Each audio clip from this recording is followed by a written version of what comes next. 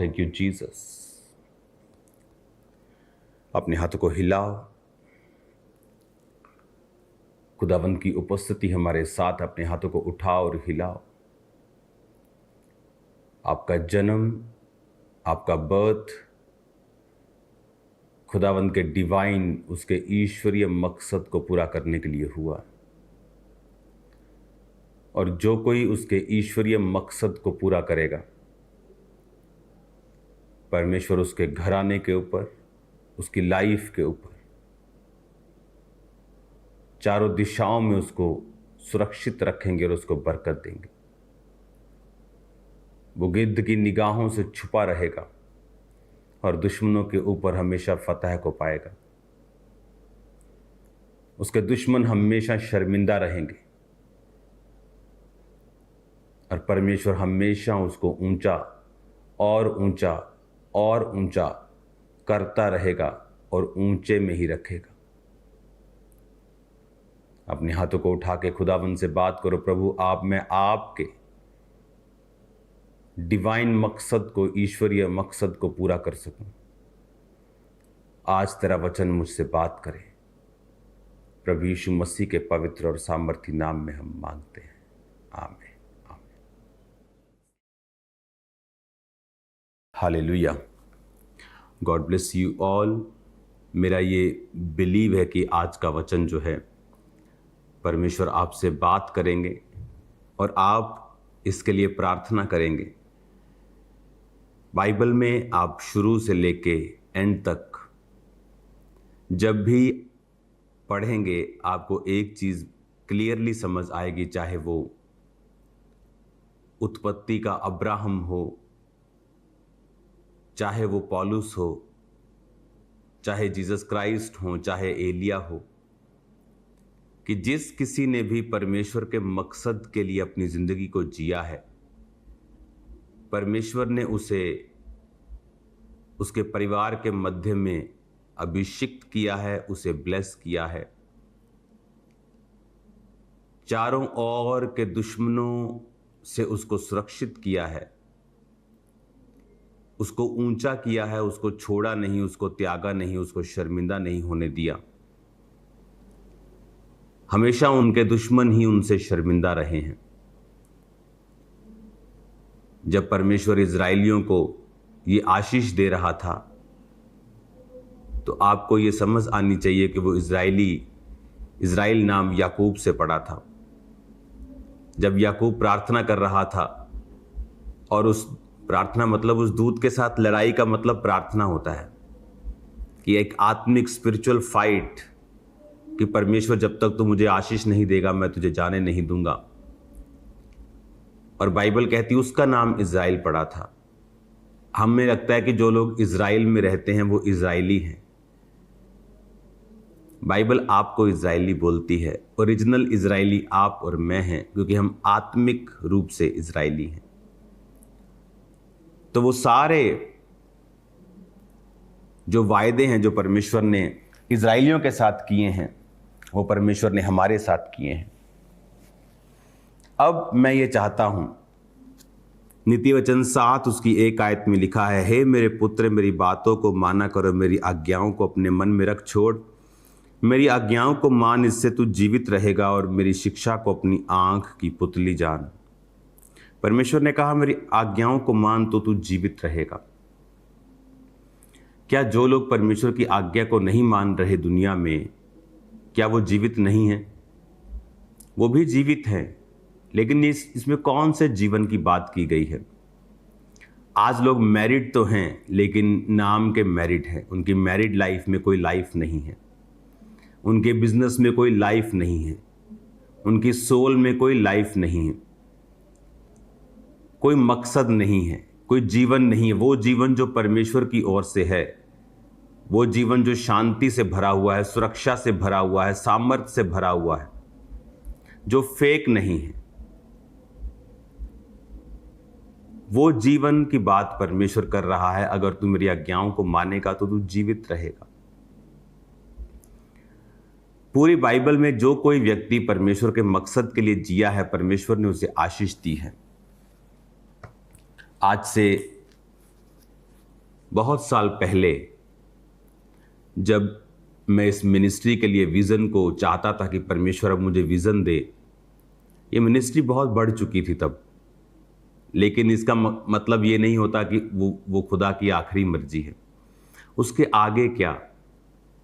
उसके आगे जाने के लिए हमें परमेश्वर की स्पेशल प्रेजेंस में जाना पड़ता है, जहां हम अधिक से अधिक प्रार्थना करते हैं। रेगुलर प्रेयर लाइफ चाहे आपकी 5 घंटे भी हो, लेकिन फिर भी आपको अगर प्रभु की आवाज़ को सुनना है, जिस तरह मूसा पहाड़ पे जाता था, तो उस तरह से आप उसकी आवाज़ को सुन सकते हैं। तो जब मैंने प्रभु से विज़न लिया, जब मैं पहाड़ों की तरफ में प्रार्थना करने जाया करता था, खड्डों में चला जाता था, आज मुझे वो दिन याद है। कोई डर नहीं होता था कि यहाँ भालू ना आ जाए, कोई तेंदुआ ना आ जाए, वहाँ पहाड़ों में होते हैं। तो वहाँ पर रहकर जब प्रार्थना करते थे तो परमेश्वर ने मुझे विज़न दिया था कि मैं इस तरह से बैठा हूँ और लाखों लोग और कितनी ही चर्चिस मुझे टीवी पर देख रही हैं। तब कोई भी चर्च ऐसा नहीं था कि जो मैं बोल रहा हूँ और टीवी स्क्रीन्स के ऊपर से लोग सुन रहे हैं। और मैंने अपनी टीम को बताया, लोगों को बताया, कलीसिया में भी बताया, इस तरह से आने वाले समय में होगा कि आप देखेंगे कि मैं यहाँ से प्रीच करूँगा और लाखों लोग टीवी पर से लोग मुझे देखेंगे संडे के संडे।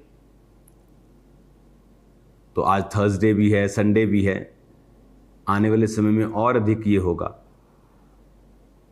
एक प्रेयर में जाने के बाद वो विज़न परमेश्वर ने मुझे दिया। अब मैं खुदावंद से दर्शन को मांग रहा था पिछले दिनों में, अलग जाके इंडिया से बाहर, कि मैं एक दर्शन को ले सकूं परमेश्वर से। तो अब मैं आपको बता सकता हूं कि परमेश्वर ने जो विज़न मुझे दिया है वो आम लोगों के पचने वाला नहीं है। वो एक हायर लेवल का विज़न है। हम जैसे बोलते हैं कि गाड़ी पहले गियर में, फिर दूसरे, तीसरे, चौथे, वो अब वो हाईएस्ट गियर में जा रही है और अब वो उस पड़ाव की शुरुआत हो जाएगी जहां से परमेश्वर हमें अपने असल मकसद की ओर ले जाएगा, जिसके लिए उसने इस सेवकाई को पैदा किया, मुझे पैदा किया, आपको इस सेवकाई के साथ रखा।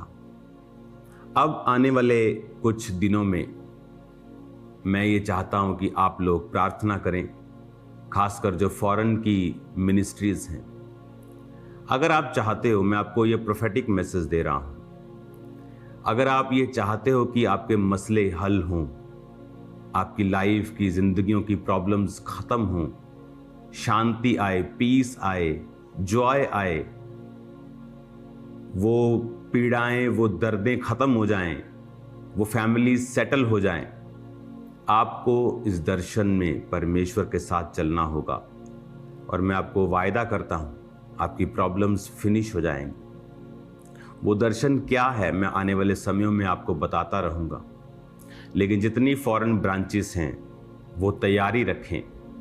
और इंडिया में ब्रांचेस, इंडिया में चर्चेस उन जगहों के ऊपर जहां पे चर्च बहुत ही लगाना मुश्किल है, जहां पर पास्टर्स को जेलों में डाला जा रहा है, जहां पर विरोध है, जहां पर झगड़े हैं, जहां पर उन जगहों के ऊपर चर्चेस को इस्टेब्लिश करने के लिए पूरे इंडिया में आप लोग तैयार रहें।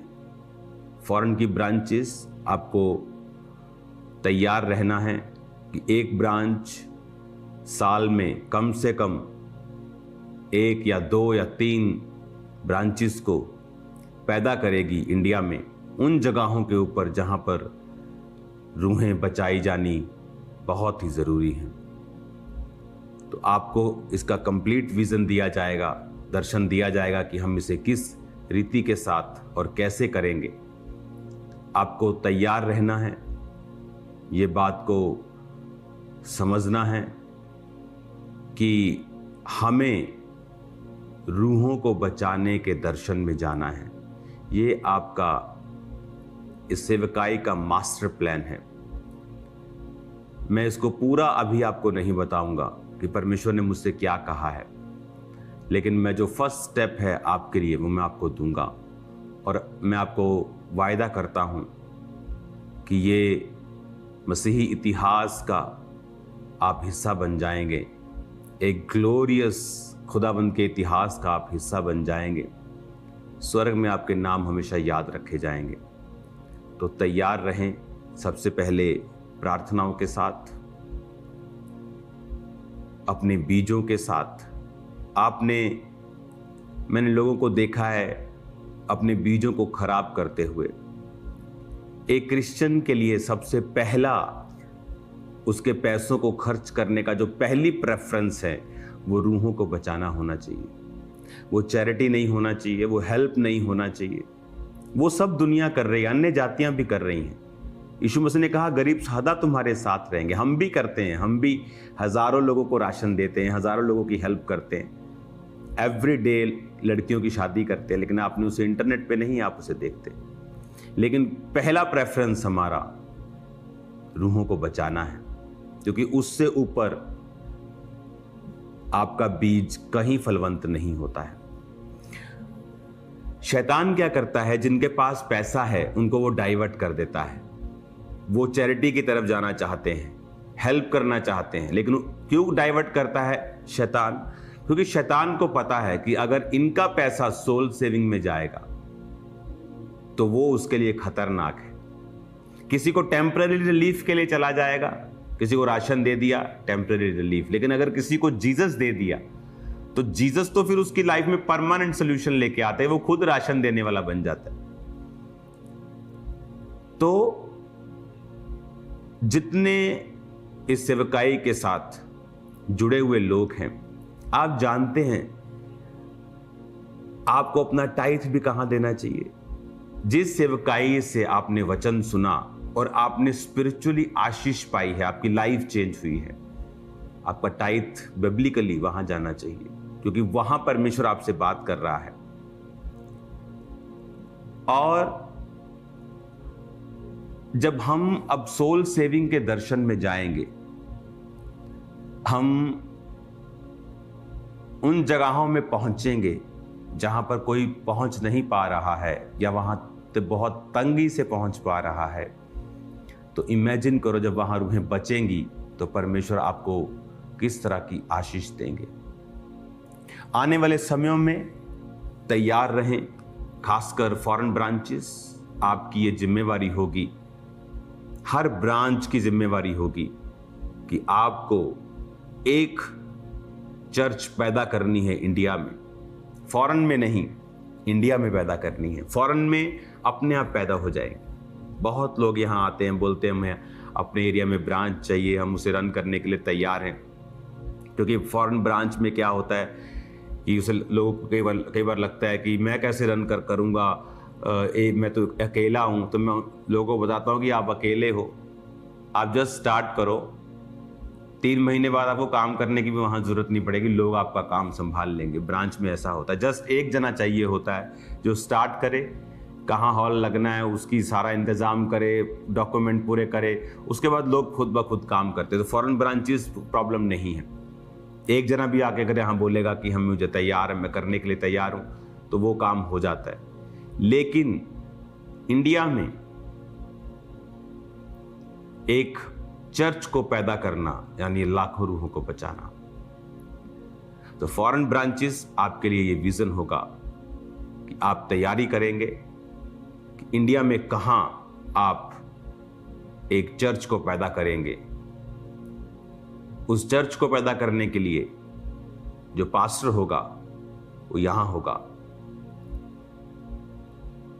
इसीलिए बाइबल कॉलेज को 500 कैपेसिटी का मैं कर रहा हूं। तो ये सब कुछ परमेश्वर की मर्जी से चल रहा है। तो आपको तैयार रहना है, इसके लिए प्रार्थना करनी है, इसके लिए पूरा एक मन फोकस आपकी प्रेयर्स का, आपके पैसों का, आपकी लाइफ का, आपके दर्शन का जस्ट ये होना चाहिए। इमेजिन करो जिस किसी ने गुरदासपुर के लिए बीज बोया होगा, जब गुरदासपुर चर्च शुरू हुई थी तो हमने, आज भी मुझे याद है, 3 हॉल लिए थे, बिल्डिंग ली थी जहाँ 3 हॉल थे। तो हमें लगता था कि ये नीचे वाला हॉल 5-6 हज़ार स्क्वायर फुट का है, पहले साल ये भरेगा, फिर दूसरे साल, फिर तीसरे साल, तो इस तरह से हम आराम से चलेंगे। लेकिन वो पहले दिन फिल हुआ, दूसरे दिन ओवरफ्लो हुआ, और जस्ट इन फ्यू वीक्स हमें उससे बाहर आकर चर्च लगानी पड़ी। उसके बाद तंगी आई, फिर हमने अपनी जगह ली। अभी भी वहां 10 एकड़